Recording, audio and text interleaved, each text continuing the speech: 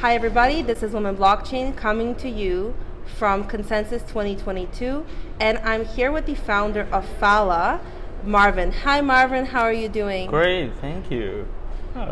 Good, I'm doing very well as well. I really liked seeing your presentation earlier today, and I just want to ask you to explain to the audience what Phala is, what it does, and what the use case is on the Polkadot ecosystem. Cool. Thank you for having me. And my name is Marvin. I'm the co-founder of Phala Network. And what we are building is actually a decentralized computation cloud. And we build it because we realized that to build decentralized applications or just applications, smart contract can only replace part of the backend program, into more trusty. And the rest piece of the applications are still running on centralized cloud, like Google Cloud, like Amazon Cloud. So this is our purpose. We want to build physical servers providing to the Web3 builders, but all of these physical servers are running behind a Web3 protocol. So this is what we are trying to do. Wonderful. And what about, can you explain to the audience what makes you different within the space in terms of how quick your speed is, and maybe get into a little bit of fat contracts? Oh, yeah. So the smart contract is actually Turing complete program. It means that it's scription language and everything have to be running on the blockchain. So there are many use cases you can't write with smart contract. For example, if you want to host a game, then you have to enable different players to interact with each other, like have the message talking with each other while you're playing a game, or call APIs to other services, and such type of program can't be just written by a smart contract. And this is where fat contract coming from. It provides like richer space, richer environment to provide pretty like a back-end solution in Web3 to developers, to make sure that no matter it's a games or metaverse or DeFi, the application can be completely running in Web3. Yeah, a very easy to go example is Uniswap. Uniswap, the program, the DeFi code is written by smart contract, but the front end is still running by the company on some cloud. So if someone want to shut it down, they could. But with a Web3 cloud, you can never shutting things down. That's one of the biggest issues I would say in the space is decentralized storage. You're right. Most of the servers are central servers. So you're actually going to be. So what you're saying is you're also going to have a physical aspect of your business. The way that Phala platform run is more like a Uber. In one hand, we distribute our token to the server providers so that they will keep online and providing their computation power to the network. On the other hand, we make attractive to developers to use Phala, like fat contract, like running metaverse game servers. So it's like a platform, like a Uber, like a two sides beneficial ecosystem. Very interesting. And what do you have upcoming, this year that you're excited about in terms of what you guys will be doing?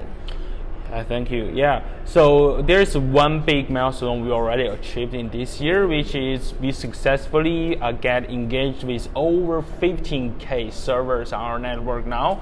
So it means our tokenomics work very well, and I think we are one of the biggest computation cloud in all projects now. We got over 15K servers, man. And so our next step is to get more use case and more usage for these cloud resources. And I know Filecoin, Aave, Plus, they are very targeting on decentralized data storage, but we are very few of the project targeting on data computation.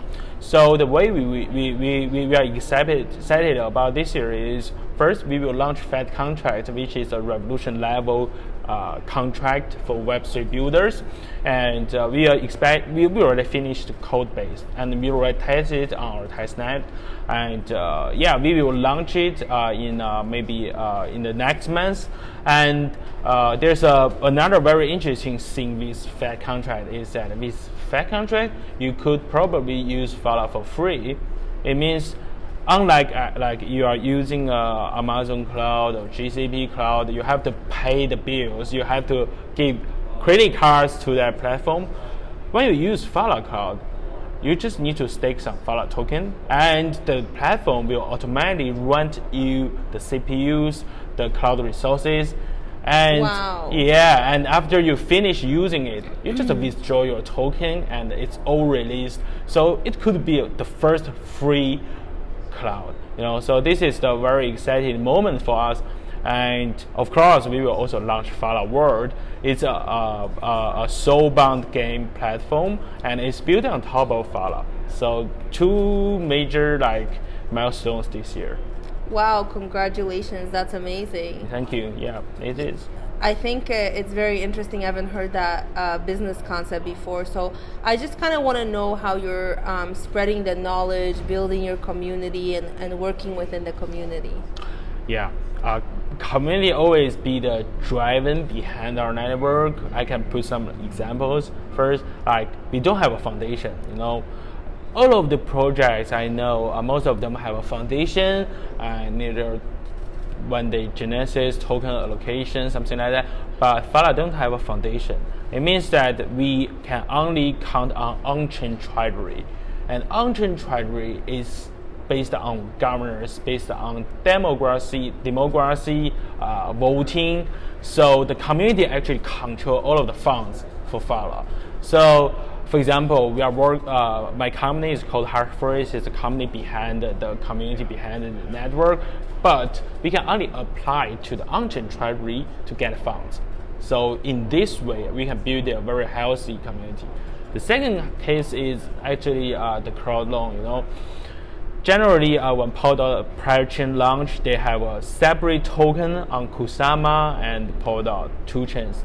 But for Phala, because we concerned about by doing this, we might make the network be separate, into two communities, because it's different benefit, different interests.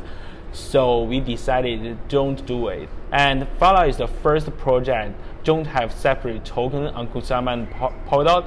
Don't get me wrong, guys. We have parachains on both Kusama and Polkadot. We already launched. We already running on Kusama. We already run for over 13 months, I guess. But we don't have a separate token. We only have one token. So one token builds one community. So this is, we really care about community, and every decision we made, we already done, I think, over 50 times on-chain voting for different decisions, no matter it's treasury or technical update or big decisions like how much allocation for the crowd loan. All of these decisions we make on-chain voting by the community. So we really care about community, and we got a strong community. Wow, that's amazing. I like the sound of that because I'm also in the same mindset. I think it's about building that community, not really dividing, just uniting, especially that I think is the whole point of Polkadot. It could work. It could work. Let's work together. Let's be interoperable. Let's make things work in the Web3 space. Yeah. And another question I think for you is maybe to give the audience a little bit about your background and why you're so excited to be in this space. Okay. Phala is built, have two major co-founders. Actually, we have several co-founders together to build the company, to build the infra. But it's me and Han who together set it up. So my background is after I graduate from college, I volunteered to be a teacher in Xinjiang province in China for a year, to teach economic stuff to the students for free.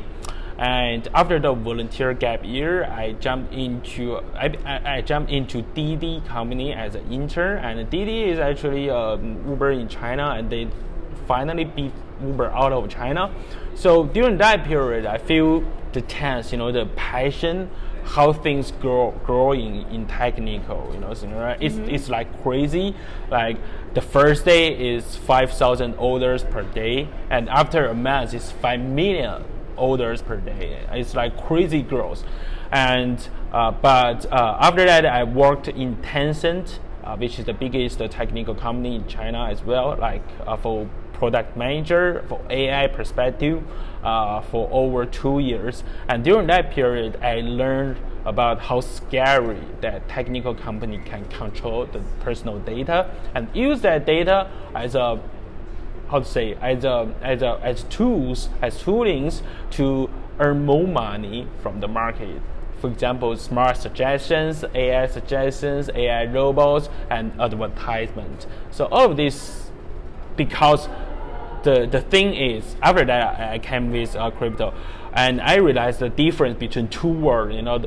For example, the Web 2 world, also the technology is good, and the slogans are attractive, like "Don't be evil," but they are controlled by company, and the only purpose of the company exists is to earn more money. It's capitalism driven. But in another world like Web3, of course, now like people, when they mentioning to crypto, they always think, okay, it's a place that have a lot of funds. But if you check really carefully, none of the protocol purpose or KPI is profitable. We don't talk about how the business model for protocols, for company of course, but for protocols, it don't have a business model. The model is how to maximize the utility of your token, or to build to make your protocol be widely used in the world. So this is a huge difference, and that made me I just can't. When you realize something better, you can't stay in the old school scenario anymore. So I founded Phala together with my partner Hong, which is an ex-Google engineer, also for AI. And in the 2018, and in 19, we came with Polkadot, Dr. Gavin Wood at Substrate. So we are the first batch of Substrate builders, and the earliest, I think, Web3 Foundation grant winners in the space. So I'm not only building Phala, I'm also building Polkadot, because we are part of the Polkadot ecosystem. I've been through all of the stuff in the past 3 years, and I still believe in it very deeply. Awesome. That's a great explanation. I agree. I think Polkadot is a really good ecosystem, and I like how everybody can work together, and people are not just doing things to improve what they do on their own chain, but they do things to improve and help others within that ecosystem. Yeah, we are one piece actually. Exactly. It's different people with different chains, but actually they're all part of the same ecosystem. So. Yeah. Well, thank you so much, Marvin. It was really fun to talk to you. I learned a lot, and I look forward to continuing to collaborate together. Yeah, me too. Thank you for hosting me, and thank you for everybody watch this video. Awesome. Yeah. Thank you. Okay. Bye-bye. Thank you.